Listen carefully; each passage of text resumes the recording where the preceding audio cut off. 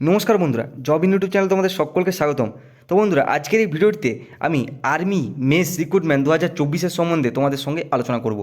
তো army mace অর্থাৎ military engineering সার্ভিসের যে রিক্রুটমেন্ট, একটা যে বড় একটা মাপের ভ্যাকেন্সি তোমাদের কাছে আসতে চলেছিল, সেটা কিন্তু ইতিমধ্যেই জারি হয়ে গেছে।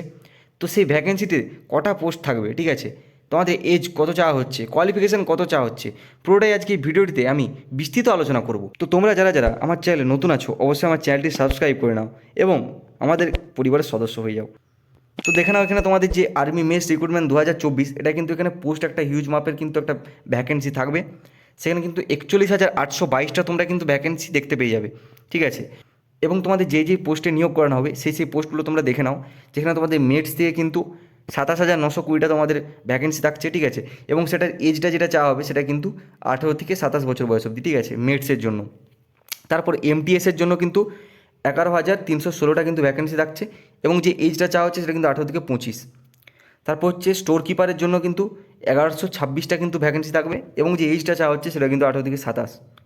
এবং যে ডটসম্যানের জন্য তোমাদের এখানে 944টা কিন্তু ভ্যাকেন্সি পেয়ে যাবে তোমরা ডটসম্যানের জন্য, এবং সেখানে এজ কিন্তু চাওয়াবে 18 থেকে 30, ঠিক আছে, ডটসম্যানের ক্ষেত্রে। এরপর তোমরা আর্কিটেক্ট কেডার থেকে কিন্তু 44টা ভ্যাকেন্সি কিন্তু দেখতে পেয়ে যাবে, এবং ব্যারাক অ্যান্ড স্টোর অফিসার থেকে 120টা, এবং ব্যারাক অ্যান্ড স্টোর সুপারভাইজার থেকে 534টা তোমরা কিন্তু এখানে ভ্যাকেন্সি দেখতে পেয়ে যাবে। টোটাল কিন্তু 41,822টা তোমরা এখানে ভ্যাকেন্সি দেখতে পেয়ে যাবে, ঠিক আছে।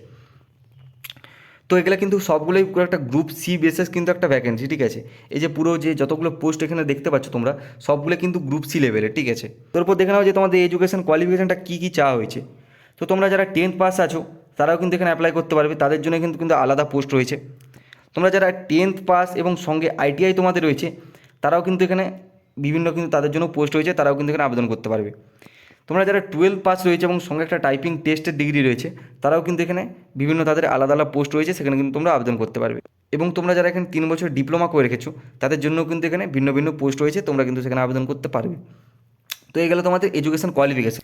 তো আরেকটি খুব গুরুত্বপূর্ণ জিনিস তোমরা জেনে নাও যে তোমাদের কোন পোস্টের ক্ষেত্রে কোন কোন এডুকেশন কোয়ালিফিকেশনটা চাওয়া হচ্ছে। তো তোমরা যারা যারা এমটিএসের জন্য আবেদন করবে, তাদের শুধুমাত্র কিন্তু এখানে 10th পাস হলেই চলবে, ঠিক আছে, যারা যারা এমটিএসের জন্য আবেদন করবে। এবং যারা যারা মেটসে আবেদন করবে, তাদের 10th পাস, ঠিক আছে, 10th পাস প্লাস তাদের সঙ্গে কিন্তু একটা আইটিআইয়ের কিন্তু একটা সার্টিফিকেট চাই, ঠিক আছে। 10th এবং হচ্ছে তোমাদের আইটিআই সার্টিফিকেট একটা লাগবে যারা যারা মেটসে আবেদন করবে। তারপর তোমরা যারা যারা হচ্ছে স্টোর কিপারে আবেদন করবে, তাদের কিন্তু 12th পাস এবং তার সঙ্গে টাইপিংয়ের একটা ডিগ্রি চাই, ঠিক আছে, যারা যারা স্টোর কিপার এখানে আবেদন করবে। এবং যারা যারা ডটসম্যানে আবেদন করবে, তাদের ক্ষেত্রে কিন্তু এখানে 3 ইয়ার্সের কিন্তু একটা ডিপ্লোমা লাগছে, ঠিক আছে, তাদের কিন্তু 3 ইয়ার্সের একটা ডিপ্লোমা লাগছে। এরপর তোমরা দেখে নাও যে এখানে এজটা কী কী চাওয়া হচ্ছে তোমাদের কাছে, ঠিক আছে।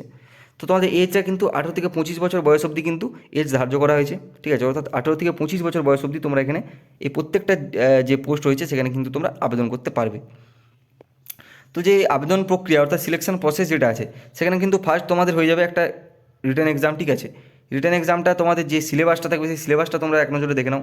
সেখানে জিআই প্লাস রিজনিং থেকে থাকবে 25টা কোশ্চেন, নিউমেরিক্যাল অ্যাপটিটিউড বা হচ্ছে তোমাদের যে ম্যাথ সেকশনটা সেখান থেকে 25টা কোশ্চেন থাকবে, ঠিক আছে, 25 নাম্বারের। জেনারেল অ্যাওয়ারনেস থেকে তোমাদের কিন্তু 25টা কোশ্চেন থাকবে 25 নাম্বারের।